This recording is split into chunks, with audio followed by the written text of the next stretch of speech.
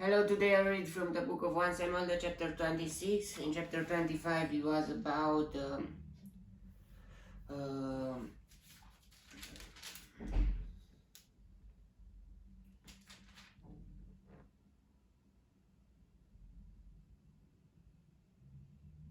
Nabal and David, and it was a longer chapter.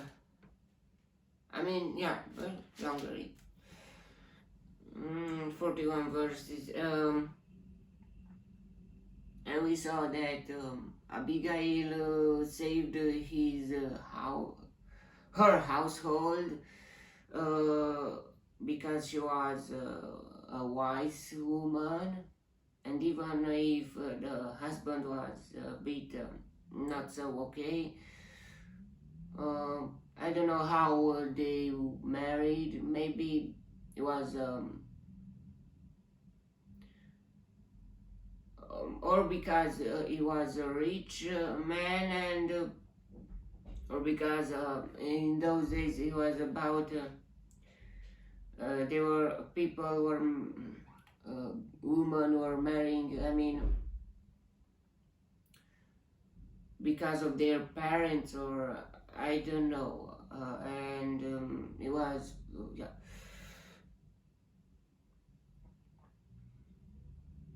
Now let's see what's happening in the and still we saw that even if that David didn't kill them, it happened that he died, Nabal died, and um, David took after that David took Abigail as his wife.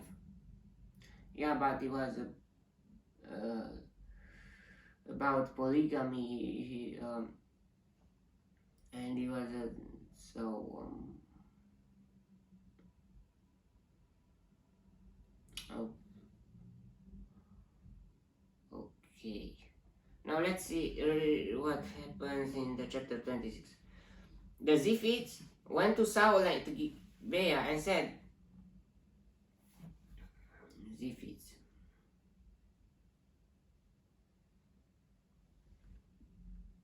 is not David hiding on the hill of Hakilah, which faces Jeshimon?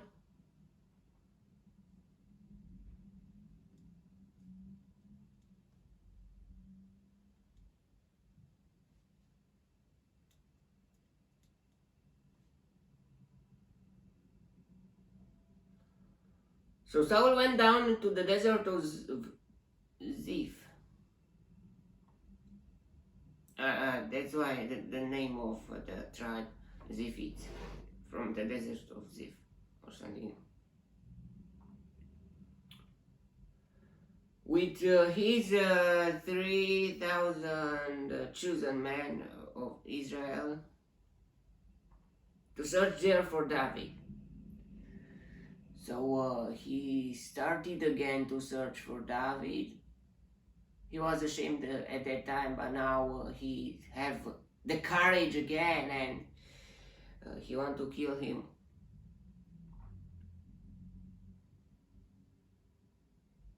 To search there for David. So Saul made his camp beside the road on the hill of Hakilah facing Jeshimon, but David stayed in the desert. When he saw that Saul had followed him there, he sent out scouts and learned that Saul had definitely arrived. Then David set out and went to the place where Saul had camped. He saw where Saul and Abner, son of Ner, the commander of the army, had lain down. Saul was lying inside the camp with the army encamped around him. David then asked Ahimelech, the Hittite,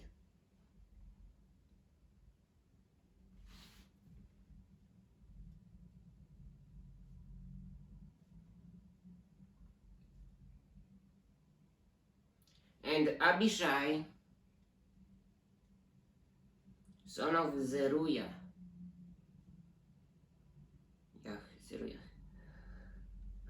Job's brother.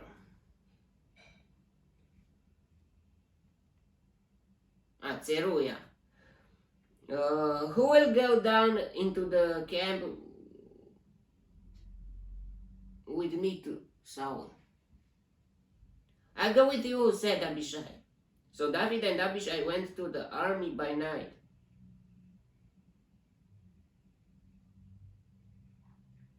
And Ahimelech, I don't know if...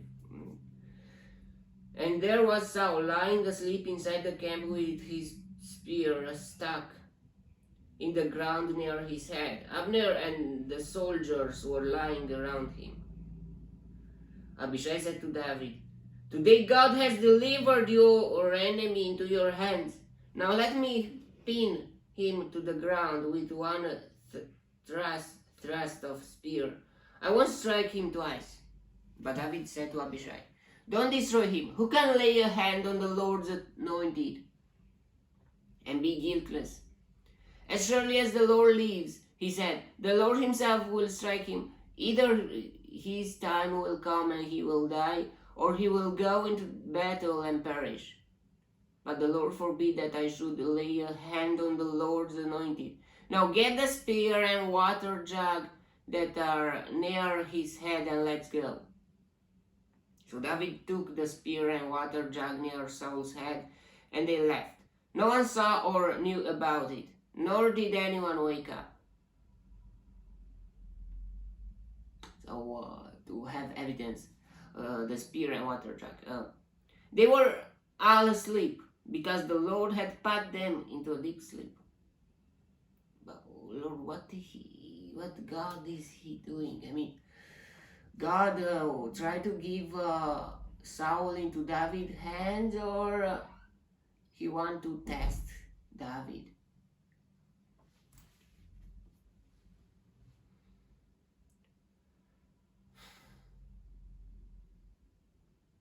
Then David crossed over to the other side and stood on top of the hill some distance away. There was a wide space between them. He called out the army and to Abner, son of Ner, "Aren't you going to answer me, Abner?" Abner replied, "Who are you who calls to the king?" David said, "You're a man, aren't you? And who is like you in Israel? Why didn't you guard your lord the king? Someone came to destroy your lord the king. What you have done is not good. As surely as the Lord lives, you and your men deserve to die because you did not guard your master, the Lord's anointed. Look around you.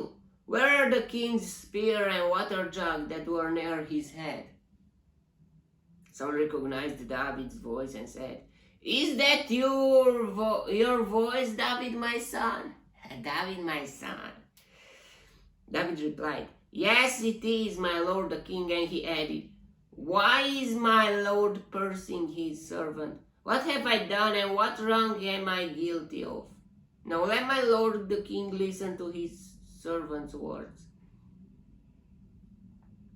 If the Lord has incited you against me, then may he accept an offering. If, however, men have done it, may they be cursed before the Lord. They have now driven me from my share in the Lord's inheritance and have said, 'Go serve other gods.' Now do not let my blood fall to the ground far from the presence of the Lord. The king of Israel has come out to look for a flea, as one hunts a partridge in the mountains." Then Saul said, "I have sinned. Come back, David, my son. Because you considered my life precious today, I will not try to harm you again." Yeah, it was the second time.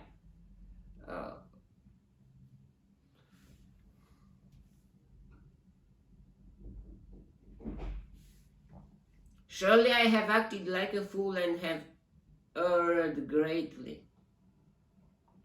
"Here is the king's spear," David answered. "Let one of your young men come over and get it. The Lord rewards every man for his righteousness and faithfulness. The Lord delivered you into my hands today but I would not lay a hand on the Lord's anointed. As surely as you valued your life today, so may the Lord value my life and deliver me from all trouble. Wow, nice thinking, nice thinking. Then Saul said to David, "May you be blessed, my son David. You will do great things and surely triumph." So David went on his way and Saul returned home. What we saw here was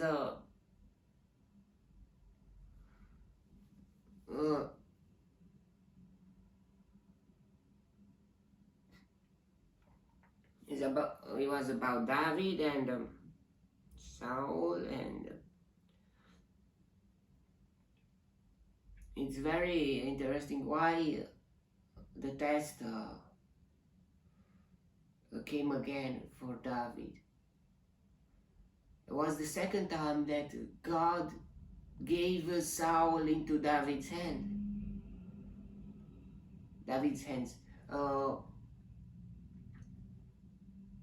But he acted like before. And yeah, nice thing. If you would be tested again and again and again, will you do? And if you, at first you made the right decision, will you do the right decision every time? Are you consequent in what you're doing? Are you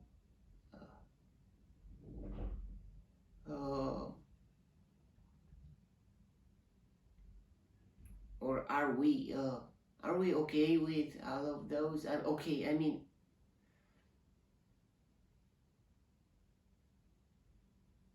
will we change our decision or will remain the same?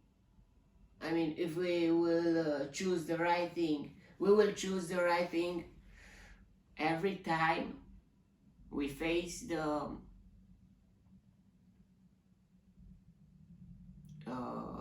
situation in that we can choose the right or wrong.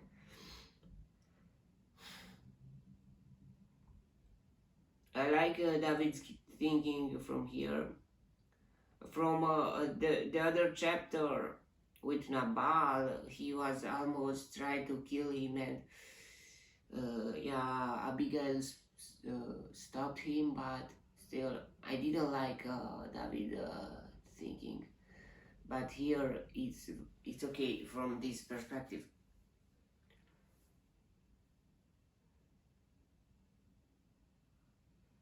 Okay, that was the chapter. We saw Saul too, that is like trying to, I don't know why David my son, huh? David my son, and you want to kill him every time you see, and you're looking for him, you see him. Yeah, it was weird a bit, but okay. That was the chapter. May the God bless me, protect me, and delight me in the next chapter too. And if you want, you will see me there too. God bless you all, and goodbye.